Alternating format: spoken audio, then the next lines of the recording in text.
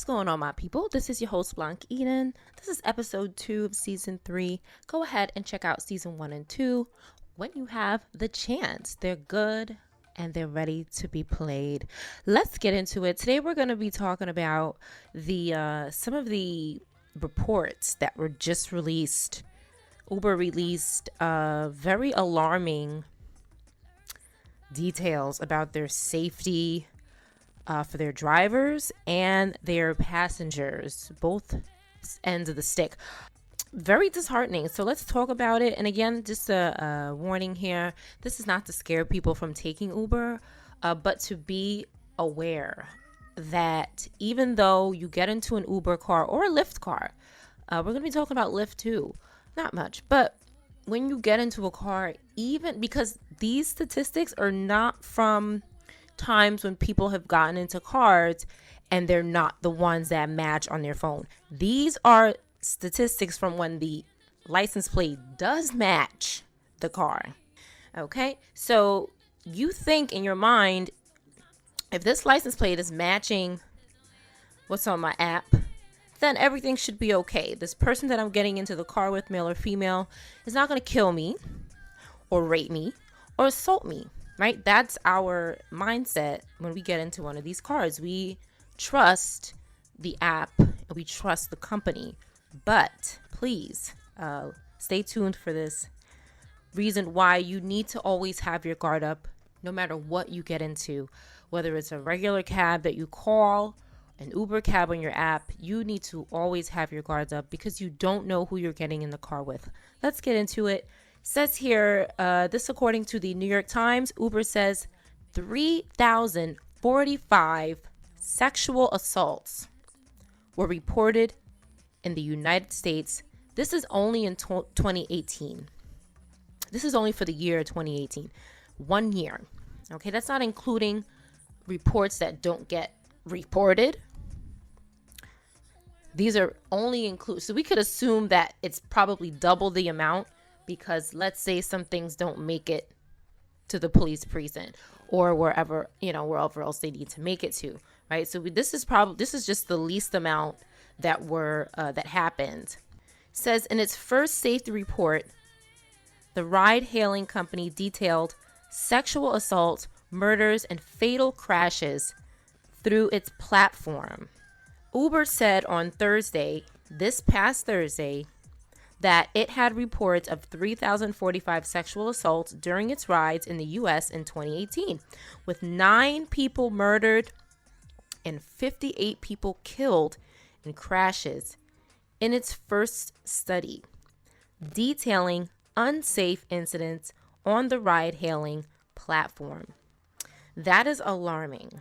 9 people murdered. This is, people die every day, but you would think that Uber would have, and they've had lawsuits in the past where they were not doing the right background checks on people. The state has had to come down on them for doing it, and that's a shame. To me, they care more about having a lot of drivers making that money rather than the safety of their customers, and I think that they're paying for it right now. There are few comparable figures to judge Uber's safety record against.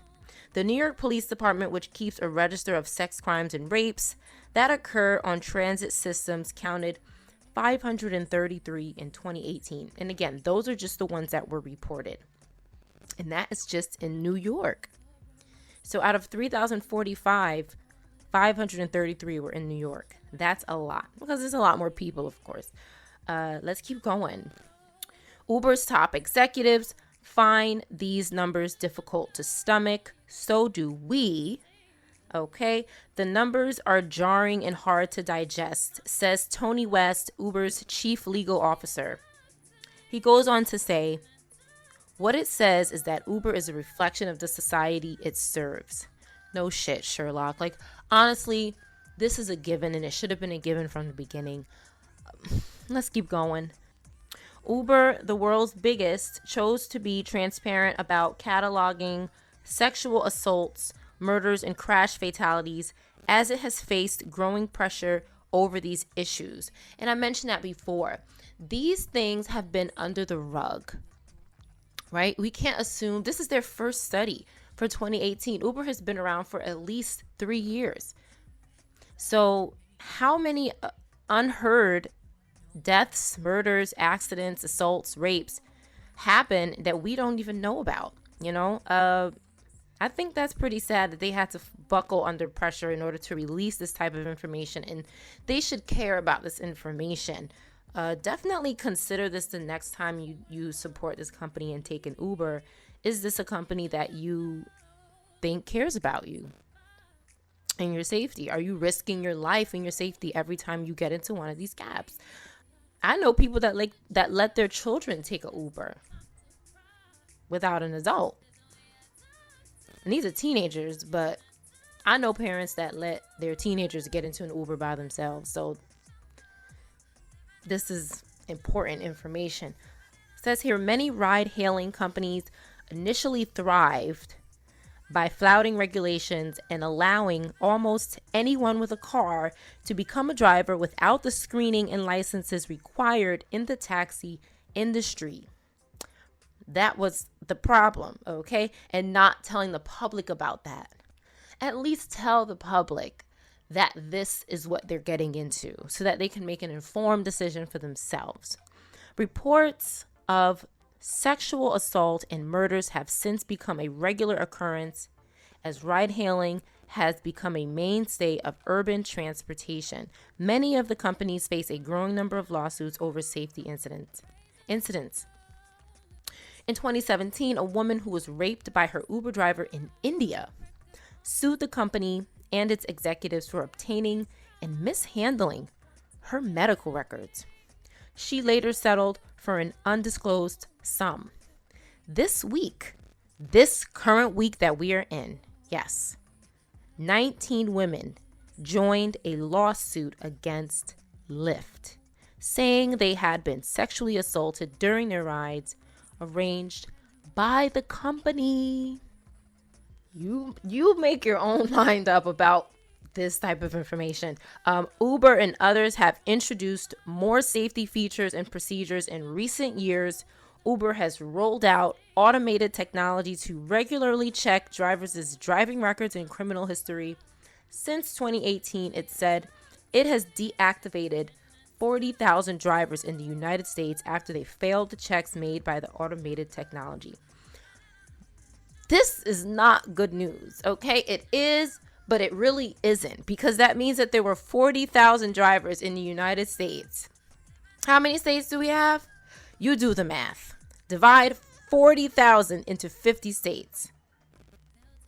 Now, not to say that if you have a criminal background, you shouldn't be able to be a cab driver, but you shouldn't be able to be a cab driver, okay?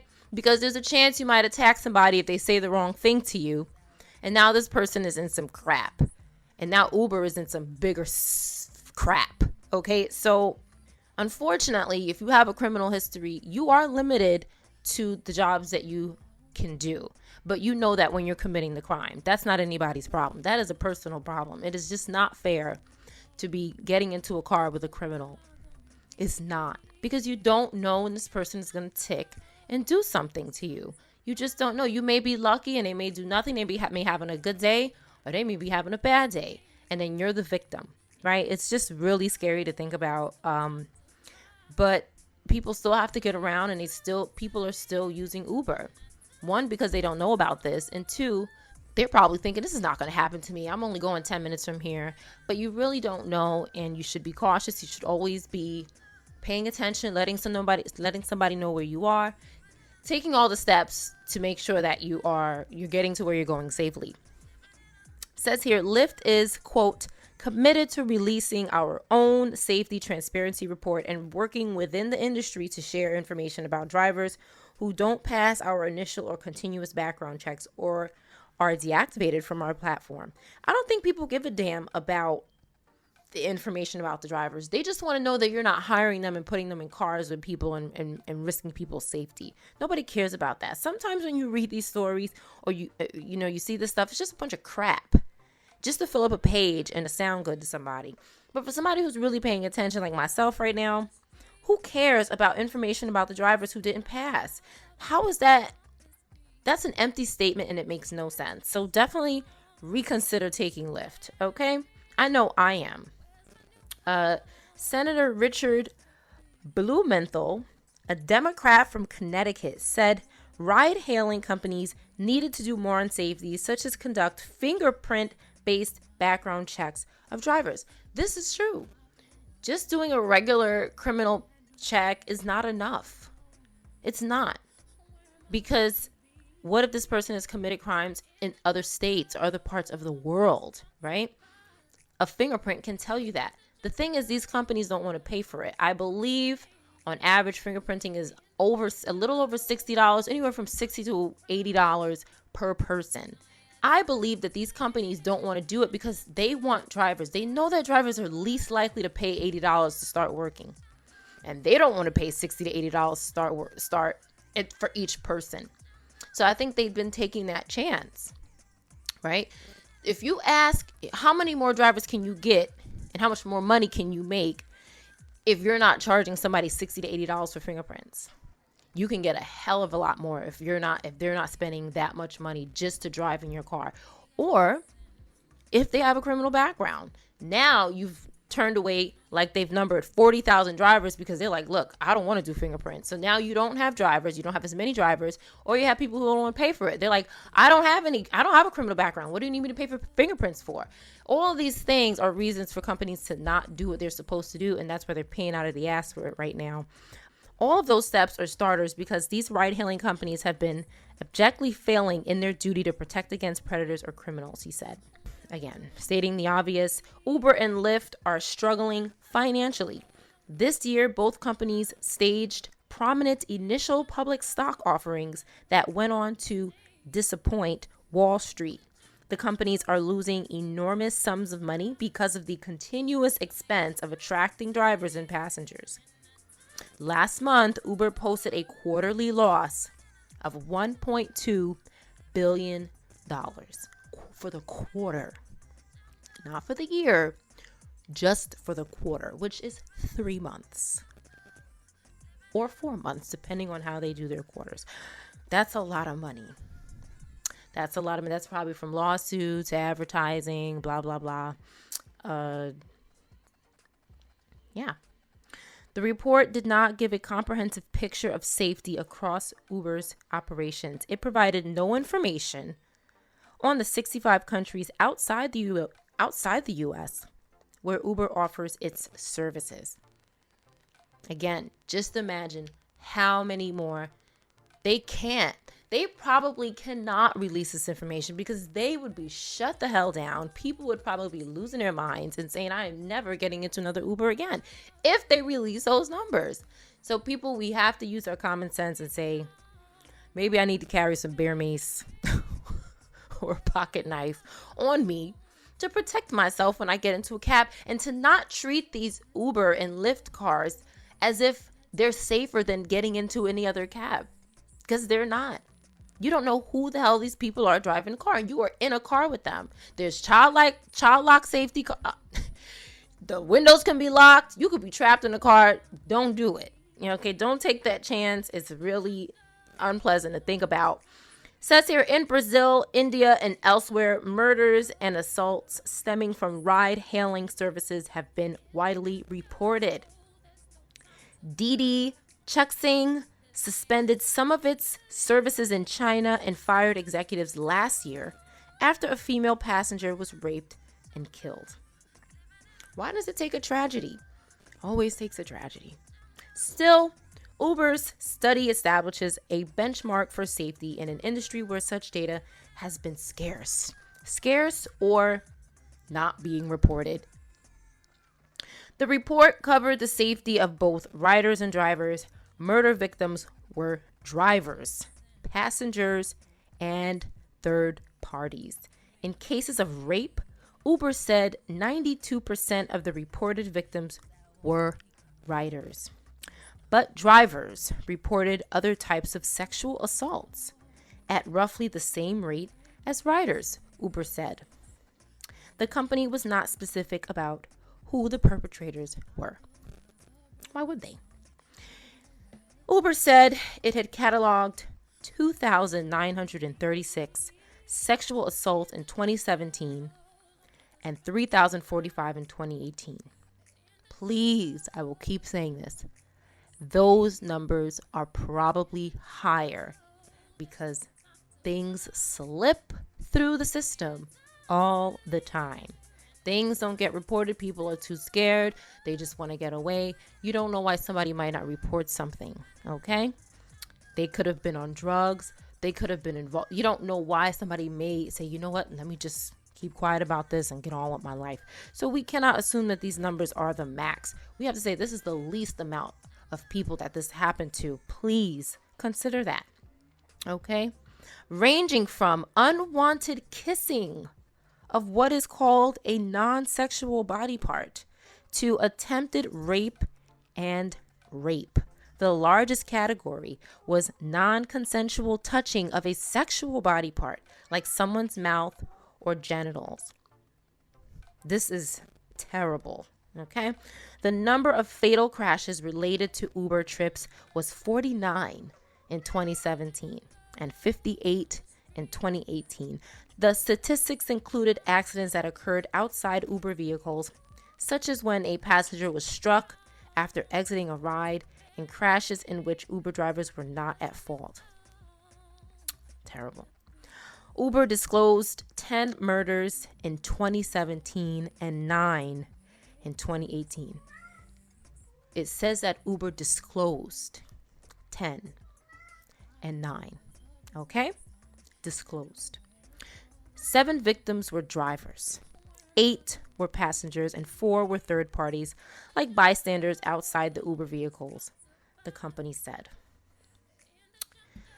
Throughout its study, Uber emphasized that 99.9% of its trips were safe and that it was taking an unusual step by releasing the data in the first place.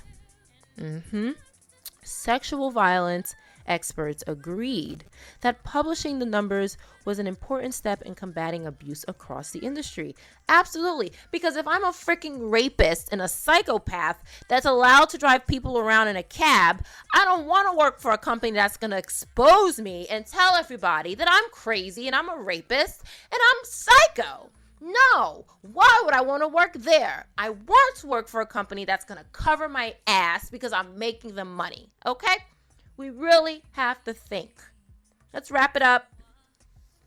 Quote, that a company is willing to peel back the drapes and let us look into what is happening is, to me, the success, says Cindy Southworth, the executive vice president of the National Network to End Domestic Violence and a member of Uber's Safety and Advisory Board.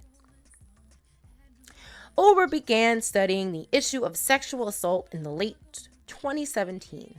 Under its newly hired chief executive, Dara Khosrowshahi, he recruited Mr. West, a former Justice Department official, to the company and asked him to review cases of sexual harassment and assault among Uber rides that year.